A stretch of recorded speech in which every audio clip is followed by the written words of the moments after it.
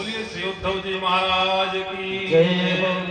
श्री वृंदावन बिहारी लाल की जय हो।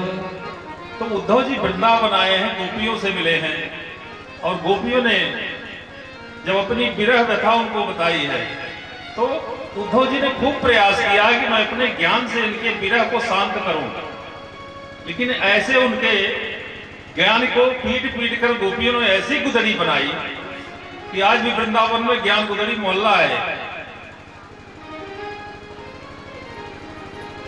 ज्ञान उनका उसकी पोटली बना के उसको उन्होंने इतना पीटा कि गुदड़ी बन गई।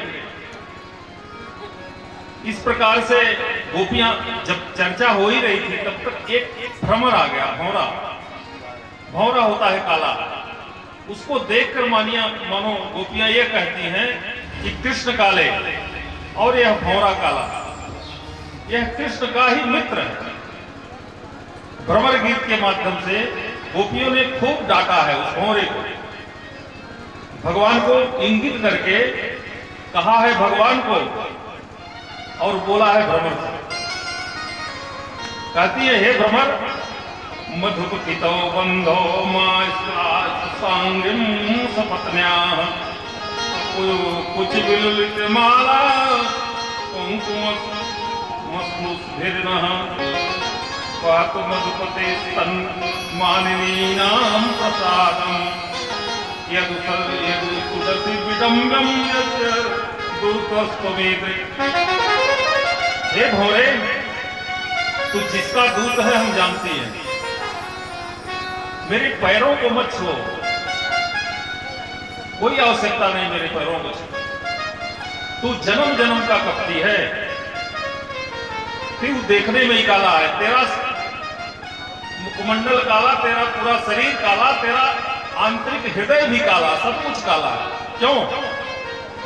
इसलिए रामावतार में तुम्हारे सामने एक युवती आई थी, बन ठन के आई थी। क्या कहा था उसने? तुम्हारा क्या अपकार किया था? उसने केवल प्रार्थना की थी कि मेरे से विवाह कर लो। कौन सी दुश्मनी थी? मना कर देते, शादी से मना कर देते, मैं शादीशुदा हूं, शादी नहीं करूंगा, लेकिन तुमने उसकी नाक कान कटवा ली। तो तू पुराना कपटी, आज का कपटी नहीं है। बाली ने क्या अपराध किया था जो छुप को मारना पड़ा? एक के साथ हो गए, दूसरे को मार दिया। बलि ने क्या अपराध किया था? उसको दान देने के लिए खड़ा था, उस दान लेने के चक्कर में तुमने उसको लूट ही लिया। तो तू तो जन्म जन्म का कपटी है, एक जन्म का नहीं है। तू पुराना कपटी है, मेरे पैरों को मत छू, यहां से भाग, तेरा यहां कोई काम नहीं है।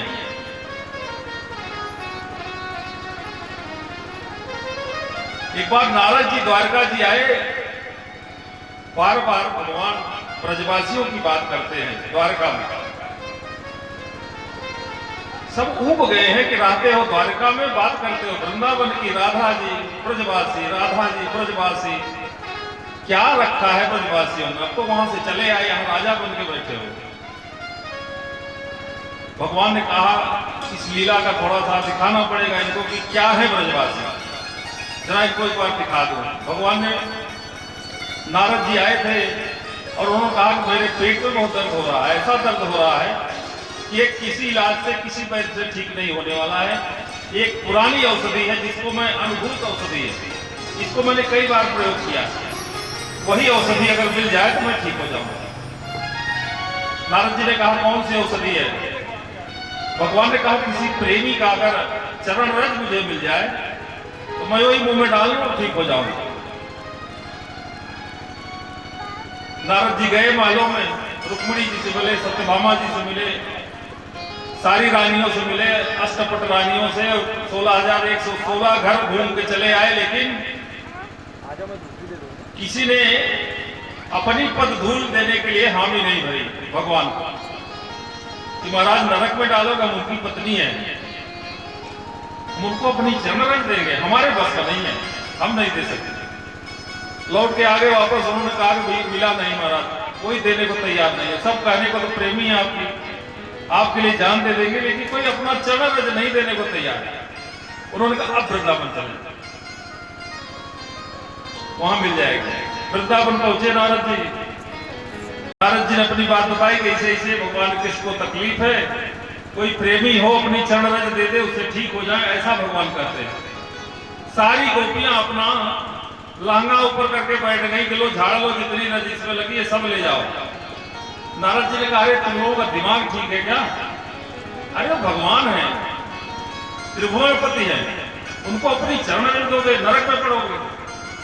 बोली मेरे प्रेमी ठीक हो जाए, मैं एक नहीं हजारों जन्म नरक में रहने के लिए तैयार हूं, लेकिन मेरा प्रेमी ठीक होना चाहिए। तो ऐसे प्रेमी है वृंदावन के वासी। उस प्रेम की चर्चा, उन वृंदावन वासियों की चर्चा भगवान करते हैं, जिसको सुनकर सब तरह परेशान हो जाते हैं कि हाँ वृंदावन में, वास्तव में वृंदावन तो चर्चा करने लायक है, तभी तो भगवान चर्चा करते हैं। सारा डांटने के बाद उद्धव जी ने कामना की कि मैं मनुष्य तो शायद नहीं बन पाऊंगा, लेकिन अगर भगवान कृपा करे मैं यहाँ पे कोई पेड़ पौधा लता पता बन जाऊं, जिससे ही गोपियां वहां पे घूमे और उनके चरण की रज होकर मेरे ऊपर पड़े और मैं पवित्र हो जाऊं। बोलिए श्री उद्धव जी महाराज की जय। आगे चलकर भगवान अक्रूर जी के घर जाते हैं। भगवान एक ब्राह्मण के भी घर जाते हैं। भगवान दोनों को समान रखते हैं। अक्रूर जी के यहां भी गए, ब्राह्मण के यहां भी गए, भगवान पूजा के भी घर गए और उन्होंने उनका आतिथ्य स्वीकार किया। कंस को मारने के बाद उसकी दो बेटियां हैं, दो बहुएं हैं, जरासंध की बेटियां। जरासंध का दामाद है कंस। अस्थि और प्राप्ति दोनों खबर गई। उन्होंने अपने पिता को जरासंध को बताया। जरासंध ने उस दुश्मनी में 17 बार भगवान के ऊपर आक्रमण किया। भगवान पृथ्वी का भार उतारने के लिए आए हैं, तो 17 बार भगवान जरासंध को नहीं मारते, पूरी सेना समाप्त करके जरासंध को भागने का अवसर दे देते, जा फिर इकट्ठा करके। पहली बार मार दिया, जा इकट्ठा करके ला। 17वीं बार ऐसे कर दिया कि जा इकट्ठा करके ला। अब जरासंध ब्राह्मणों को बंदी करा के बैठा है, तुम लोग यज्ञ करो और 18वीं बार में जा रहा हूं चढ़ाई करने, अगर इस बार नहीं जीता तो तुम्हारी नौकरी खैर नहीं। भगवान ब्रह्मांड देव है, भगवान सर्वांतर्यामी है, जानते हैं कि ब्राह्मणों के ऊपर आपत्ति आई है और इस बार काल का साथ जरासंध को मिला। भगवान रणछोड़ कहलाए। जिस समय 18वीं बार उसने आक्रमण किया, भगवान ने भागना उचित समझा और भगवान भागे। कालेवन ने खदेड़ा, मुचकुंद के माध्यम से कालेवन को भस्म कराया। मुचकुंद जी अयोध्या के हैं। देवासुर संग्राम में मुचकुंद जी का हजारों वर्ष तक देवताओं की तरफ से युद्ध करते रहे। बाद में युद्ध जीता गया तो देवताओं ने कहा आप वरदान मांगो, क्या चाहते हैं? उन्होंने कहा मैं बहुत थक गया हूँ, वरदान कुछ नहीं चाहिए, मुझे ऐसी गाढ़ निद्रा चाहिए जहां मुझे कोई परेशान न करे, मैं सोता रहूं, बहुत थक गया। देवताओं ने कहा ठीक है, गंधरा है, जाकर वहां सो जाओ, अब तुम्हें कोई डिस्टर्ब करने वाला नहीं। अब भगवान कालेवन के आगे आगे वहीं भाग के गए मुचकुंद की गुफा में, जहां पे मुचकुंद जी की गुफा है और जहां वो सो रहे। एक पीछा करता करता गया। भगवान जी अपना पीतांबर उठा के मुचकुंद जी जहां सोए थे उनके ऊपर डाला और जब वो कालेवन पीछा करते करते पहुंचा, भगवान जी दुपक गए बगल में। उसने जाके कहा इतनी देर से भाग रहा, मुझे परेशान कर रहा है, यहाँ सोने का नाटक कर रहा है। मारा एक पैर खींच के मुचकुंद जी को।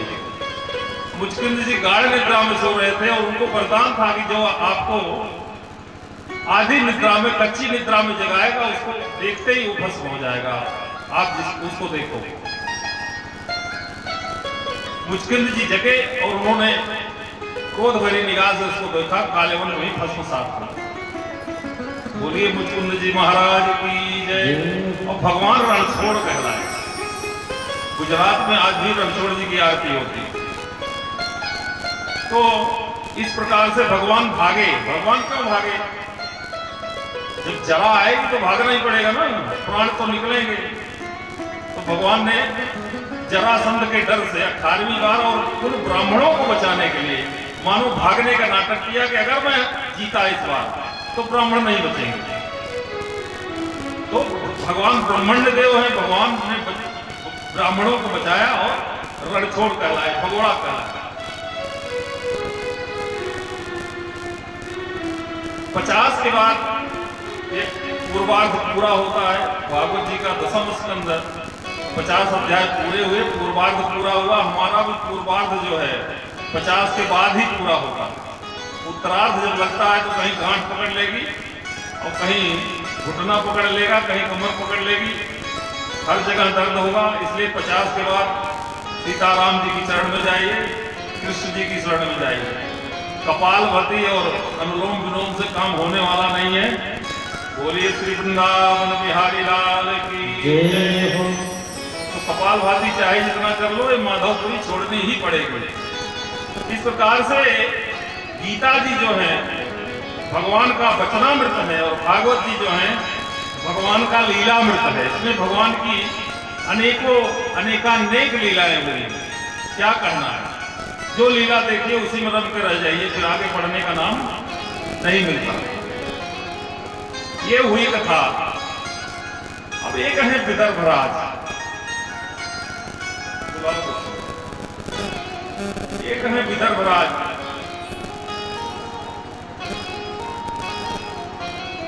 विदर्भराज की कन्या है रुक्मिणी जी महाराज। रुक्मिणी जी साक्षात लक्ष्मी की अवतार। और उन्होंने भगवान के गुणों को सुन रखा है। विदर्भ में रहती है, भगवान के गुणों को सुन रखा है और मन ही मन उनका वर्णन कर रखा है। देखिए, लक्ष्मी जी केवल नारायण की हैं, दूसरे के नहीं हो सकते। हम लक्ष्मी पुत्र तो हो सकते हैं, लेकिन लक्ष्मीपति नहीं हो सकते। जब हम लक्ष्मी पुत्र होकर रहेंगे तो लक्ष्मी हमारी बढ़ेगी, और लक्ष्मीपति बनने का प्रयास करेंगे तो हमारी बुद्धि खराब होगी और हम फिर अंत संत करना शुरू करेंगे।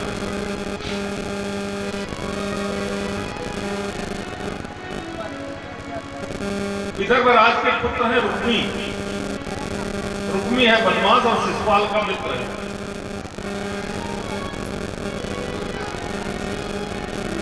महाराज जी चाहते हैं कि कोई योग्य वर हो, उससे हमारी कन्या का विवाह हो, लेकिन रुक्मी चाहता है कि मेरा मित्र है शिशुपाल, उससे मैं शादी इसकी तय कर दें। महाराज जी कुछ उपक्रम करते हैं कि शादी की चर्चा चलाई जाए, स्वयंवर रचाया जाए, लेकिन वह मना कर देता है कि हमने शादी आगे तय कर रखी है, आपको चिंतित होने की आवश्यकता नहीं है। मैं इसकी शादी की व्यवस्था कर चुका हूं और परसों बारात आएगी। बच्चों को बुलवा लेंगे, परसों बारात आएगी। आप निश्चिंत होकर बैठिए, बड़े बूढ़े का काम है बैठ के देखना, आप चिंता मत करो, बीच में हाथ मत लगा। और शिशुपाल की बारात उसने बुला ली कि परसों आ जाओ, मैं शादी तुम्हारी करवा दूंगा अपनी बहन से। उधर शिशुपाल अपनी बारात लेके चला है। इधर रुक्मिणी जी को पता लगा कि ये तो बात बिगड़ जाएगी। उन्होंने भगवान के गुणों को सुन रखा है और मन ही मन भगवान का वर्ण कर रखा है कि मैं विवाह करूंगी तो द्वारकाधीश से, दूसरे से नहीं करूंगा। रुक्मिणी जी ने 7 श्लोकों में एक ब्राह्मण को बुलाकर एक चिट्ठी लिखी कि ब्राह्मण देवता, आप द्वारकाधीश जी के यहां जाइए और मेरी व्यथा उनको बताइए, यह पत्र दीजिए, मैं उनकी दासी हूं, मैं उनकी शरण में हूं, अब उन्हीं का भरोसा है।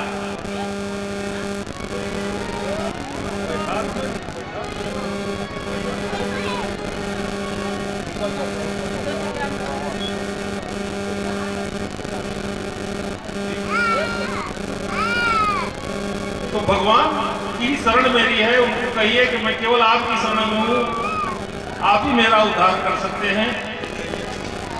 ब्राह्मण देवता बड़ी द्रुत गति से भगवान द्वारकाधीश के पास गए हैं और उन्होंने उनको पत्र दिया है। पहले तो भगवान उनका पादर्घ्य किए, सेवा की।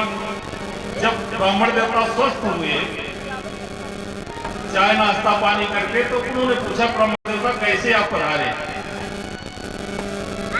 ब्राह्मण देवता ने कहा कैसे से रुक्मिणी जी ने एक पत्र दिया है, उस पत्र को आप पढ़ लीजिए। उन्होंने कहा मैं नहीं पढ़ूंगा, आप स्वयं पढ़ लीजिए।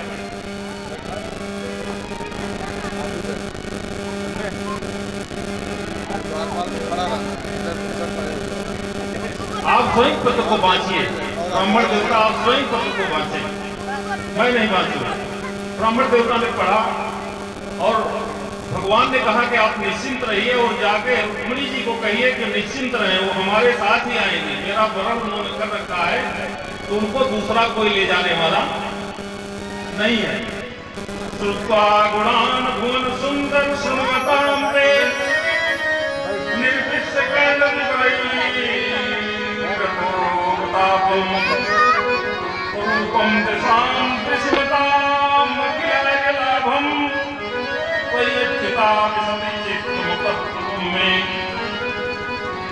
इस तरीके से रुक्मिणी जी ने 7 श्लोकों में अपनी व्यथा भगवान को लेकर भेजी है। और वह पत्र पाकर भगवान अंदर अंदर बहुत चिंतित हैं और ब्राह्मण देवता को कहते हैं आप चलो, मैं पहुंचता हूं। और भगवान ने अपना रथ सजवाया और चल पड़े। बलराम जी को भी इस बात का पता नहीं लगा। निकलने के बाद बलराम जी को पता लगा कि कहीं कृष्ण किसी मिशन पर भाग के गए हैं, कुछ न कुछ गड़बड़ है, पीछे से सेना लेके आ रहे हैं। भगवान विदर्भ पहुंचे। विदर्भ राज के यहाँ सारे राजा महाराजा सब आके बैठे हुए हैं कि शादी होगी, कन्या जाएगी। अब इधर से रुक्मिणी महारानी पूजन के लिए निकली है मंदिर में। सारे पहरेदार लगे हुए हैं, कन्या पूजन करने जा रही है। रुक्मिणी को पता है कि गड़बड़ हो सकता है, इसलिए उसने इतनी सुरक्षा व्यवस्था मजबूत कर रखी है कि कहीं से कोई परिंदा पर न मारे, जो आज की भाषा में कहा जाता है। इतनी सिक्योरिटी है कि कोई परिंदा नहीं पर मार सकता। इस तरीके से सुरक्षा की व्यवस्था है। और उस व्यवस्था के बीच रुक्मिणी जी निकल रही हैं देवी पूजन के लिए। अब जितने सैनिक हैं, रुक्मिणी जी इतनी सुंदर हैं, इतनी सुंदर हैं कि रुक्मिणी जी को देखकर सारे सैनिक निढाल हो गए। वाह, क्या स्त्री आ रही है, गजब की स्त्री है। क्यों भैया, बहुत सुंदर स्त्री है, देख रहा ना। हाँ भैया, दूसरा सैनिक कहता हाँ भैया, अरे गजब की है भाई। कौन है? अरे मैंने सुना दुल्हन यही है, आज इसी की बारात आने वाली। अच्छा, दूसरा कहता है तो बारात आने वाली, तो मैंने तो सुना है कि गड़बड़ भी है कुछ, इतनी सुरक्षा इसीलिए है। बोला ठीक है, लगे रहो, देखे रहो, कोई बात नहीं, जो होगा देखा जाएगा। सब आपस में बातें कर रहे हैं, मंत्रमुग्ध हैं। रुक्मिणी जी को देखकर सारे लोग मंत्रमुग्ध हैं। सब आधे बेहोश से हैं।